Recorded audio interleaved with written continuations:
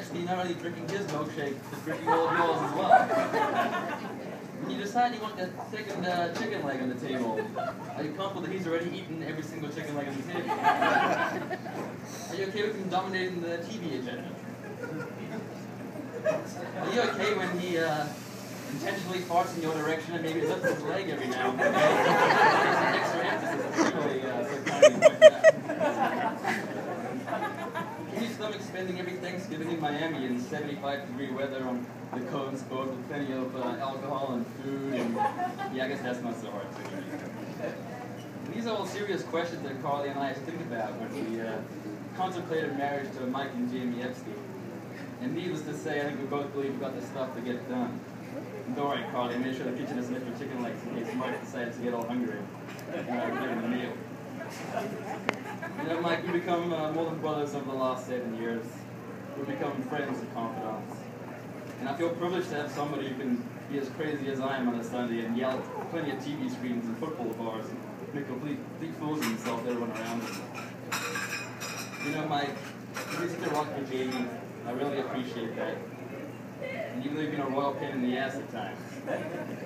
You've always been there when it matters most, supporting those you love, and treasuring your time with your family and friends. You've been forced into the role of head of household well before your time, unfortunately.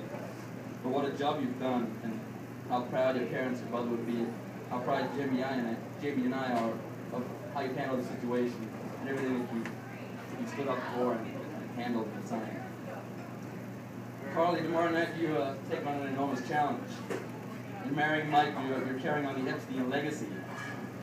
A legacy that's steeped in laughter, inner strength, and love of family. I have no doubt that you will carry on this legacy with flying colors, if not in a slightly more quiet manner than the previous Epstein before you. Jamie and I are incredibly lucky to have both of you guys in our lives. We also like to apologize for the third Epstein, Bailey Epstein, all the time he's peed on your floor, and the times you never take care of him for us against your will.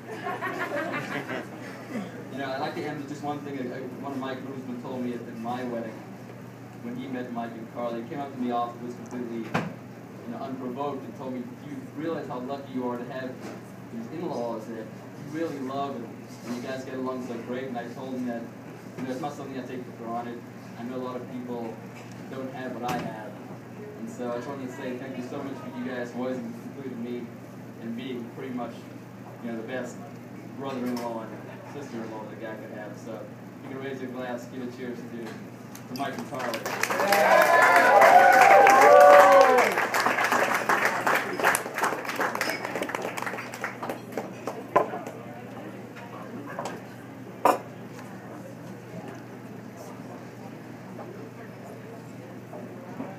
I think that concludes this